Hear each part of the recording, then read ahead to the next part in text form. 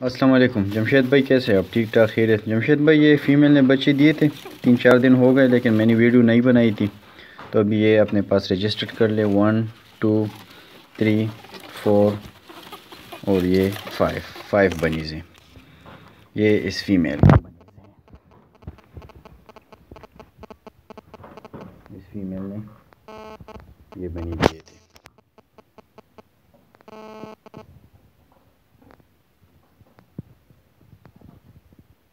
और ये हमारे फार्म का एक छोटा सा लुक।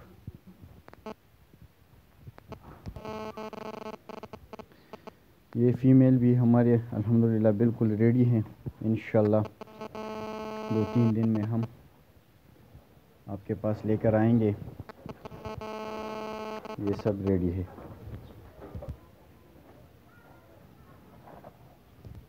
ये हमारे फार्म का लुक अल्हम्दुलिल्लाह।